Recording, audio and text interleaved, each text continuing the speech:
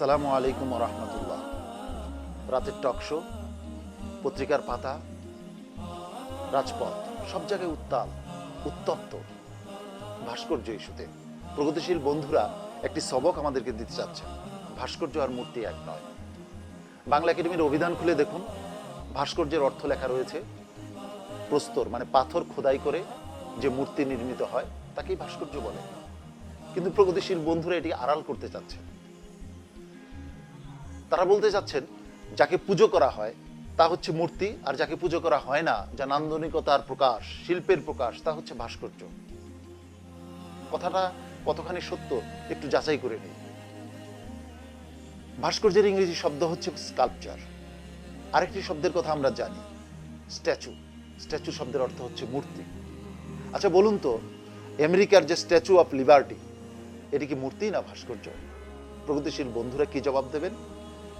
প্রগতিশীল বন্ধুরা যখন আমেরিকা যান, ওই স্ট্যাচু অফ লিবার্টির সামনে কি সেজদা করেন, পুজো করেন? নিশ্চয়ই না। স্ট্যাচু অফ লিবার্টি, এটি কি মূর্তি বলা হচ্ছে? অতএব যা মূর্তি তাই ভাস্কর্য। হ্যাঁ, যা বিমূর্ত, যেটা আকার নেই, সুস্পষ্ট বোঝা যায় না, সেটা ভাস্কর্য, সেটাকে আপনি মূর্তি না বললেও চলে। কিন্তু যা সুস্পষ্ট আকার আছে তাকে আপনি কেন মূর্তি বলবেন না?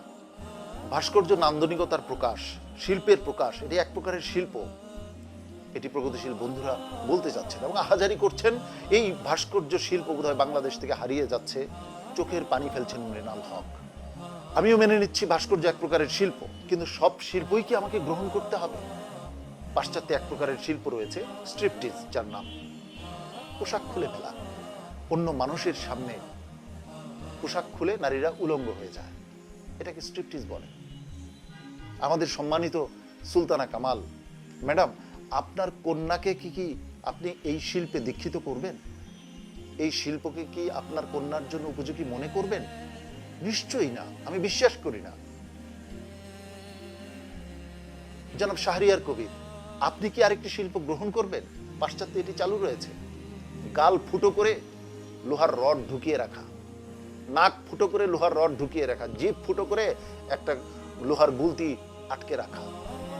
জনাব শাহরিয়ার কবির, আপনার জন্য কি এই শিল্প গ্রহণযোগ্য? আমি মনে করি না। তার মানে কি দাঁড়ালো? সব শিল্পই আমাকে গ্রহণ করতে হবে এটার কোনো কথা নেই। যে শিল্প আমার চেতনার সাথে যায় না, যে শিল্প আমার বিশ্বাসের সাথে সঙ্গতিপূর্ণ নয়, যে শিল্প আমার মননের সাথে, আমার সংস্কৃতির সাথে সঙ্গতিপূর্ণ নয়, সে শিল্প আমি গ্রহণ করতে পারি না, সে শিল্প আমি গ্রহণ করব না। এটাই হচ্ছে বাস্তবতার দাবি, এটাই হচ্ছে স্বাভাবিকতা।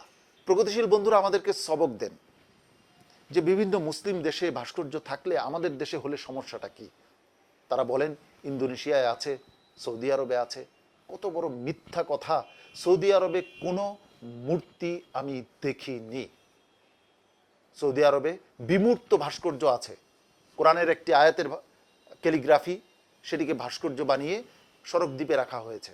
একটি সাইকেল চমৎকারভাবে সাজিয়ে রাখা হয়েছে সড়ক দ্বীপে, অথবা একটি বল চমৎকারভাবে সাজিয়ে সড়ক দ্বীপে রাখা হয়েছে। এরকম ভাস্কর্য আমি দেখেছি সৌদি আরবে, কিন্তু কোনো মূর্তি তো দেখিনি। ইন্দোনেশিয়ার উদাহরণ দেন। ইন্দোনেশিয়ার একটি রাজ্যে তো শরিয়া আইন চালু আছে। শাহরিয়ার কবির সাহেব, আপনি তো শরিয়া আইনের কথা শুনলে জ্বলে ওঠেন। সুলতানা কামাল ম্যাডাম, আপনি তো শরিয়া আইনের কথা শুনলে আপনার গাত্রদাহ শুরু হয়। তাহলে ইন্দোনেশিয়ার উদাহরণ আপনিই বা কিভাবে টানেন? বলা হয় ন্যায় বিচারের প্রতীক হচ্ছে এই থেমিস। ন্যায় বিচারের প্রতীক থেমিস কিভাবে হলো? কাদের জন্য হলো?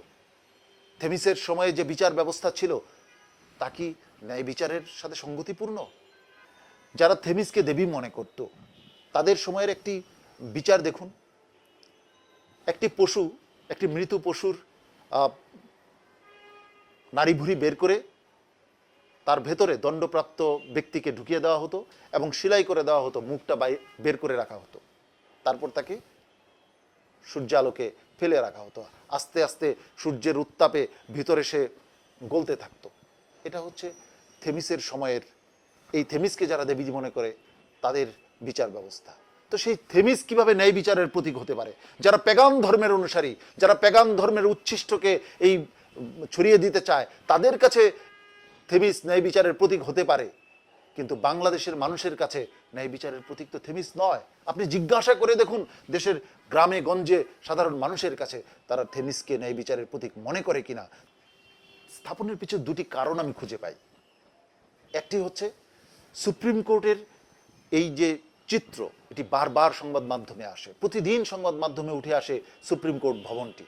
এই সুপ্রিম কোর্ট ভবনের দিকে একবার তাকালেই স্পষ্টভাবে প্রতীয়মান হয়, এখানে স্পষ্টভাবে দেখা যায় যে এটি মুসলিম স্থাপত্যকলার একটি নিদর্শন, মুসলিম ঐতিহ্যের নিদর্শন। এখানে ইসলামী স্থাপত্য রীতি এখানে রয়েছে। এটাকে ম্লান করে দেওয়ার জন্য তার সামনে একটি মূর্তি দাঁড় করে দেওয়া হলো, আরেকটা জিনিসকে ঢেকে দেওয়ার জন্য এই মূর্তি দাঁড় করানো হয়েছিল, সেটি হচ্ছে সুপ্রিম কোর্ট দেয়ালে একটি বাংলাদেশের মানচিত্র আছে, সবুজ সেই মানচিত্রটি মুছে দেওয়ার জন্য এই প্রতিমাটি দাঁড় করানো হয়েছিল। প্রিয় দর্শক, আমাদের প্রগতিশীল বন্ধুরা সবক দিতে চান, চেতনা সঞ্চারের জন্য ভাস্কর্যের প্রয়োজন আছে। ভাস্কর্য না থাকলে আমরা মুক্তিযুদ্ধ সম্পর্কে কিভাবে জানবো? ভাস্কর্য না থাকলে আমরা ন্যায় বিচার সম্পর্কে কিভাবে চেতনা লাভ করব? এই জাতীয় কথা আমাদের প্রগতিশীল বন্ধুরা টক শোগুলোতে গভীর রাতে আমাদেরকে খয়রাত করেন। সারা পৃথিবীতে যে মানুষটির আদর্শ সবচেয়ে বেশি অনুসৃত হয়, যাকে প্রতিদিন স্মরণ করা হয়, যার আদর্শ, যার সুন্নাহ অনুসরণ করা হয়, সেই রাসূল করিম সাল্লাল্লাহু আলাইহি ওয়াসাল্লামের একটি ভাস্কর্যও কি সারা পৃথিবীতে রয়েছে? একটি মূর্তিও কি রয়েছে? তাহলে তার চেতনা কি হারিয়ে গেছে? নিশ্চয়ই না। অথচ চিন্তা করে দেখুন, এই থেমিসের একজন অনুসারীও কিন্তু নাই, একজন পূজারীও পৃথিবীতে খুঁজে পাবেন না।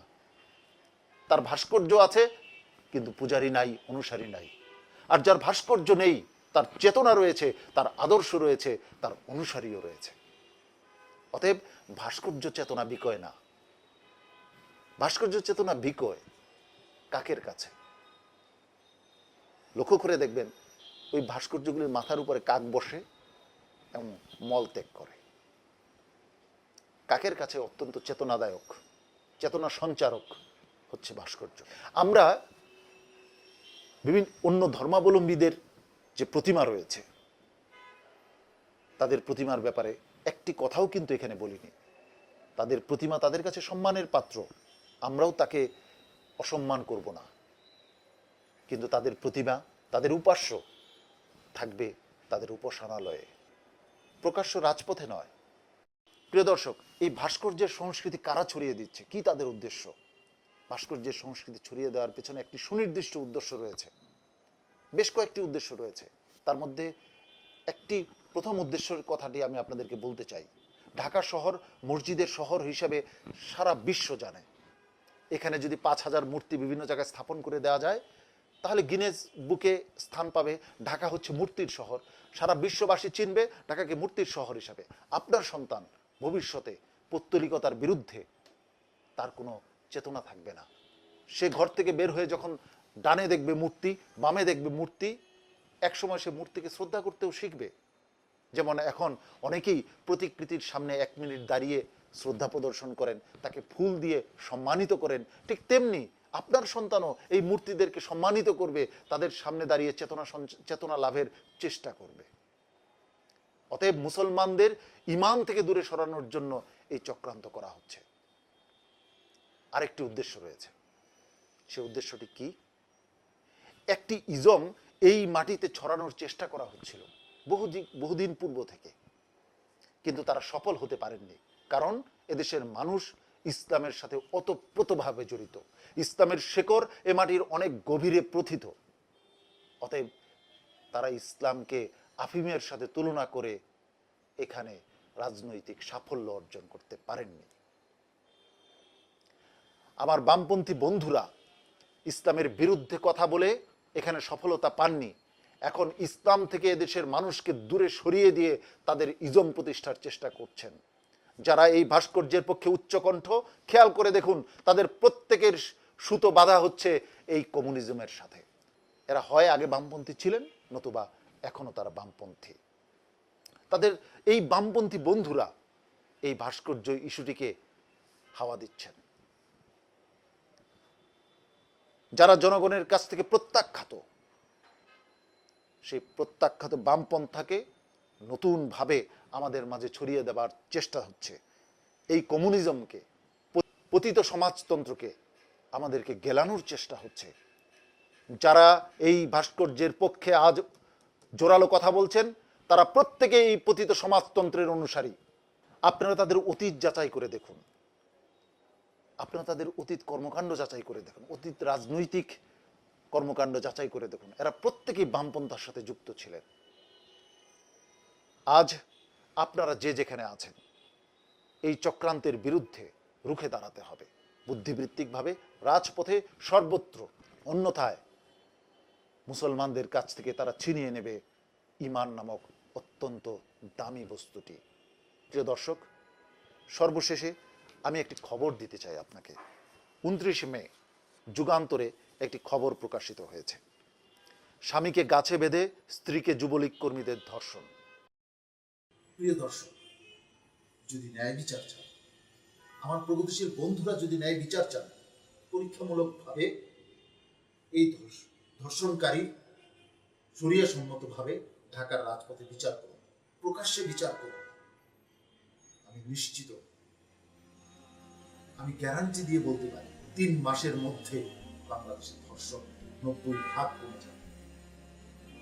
মূর্তি স্থাপন করে এই ধর্ষিতার বিচার, ন্যায় বিচার যদি প্রতিষ্ঠা করতে হয়, মূর্তি স্থাপন করে নয়, বিচার প্রতিষ্ঠা করে, ন্যায় বিচার প্রতিষ্ঠা করে।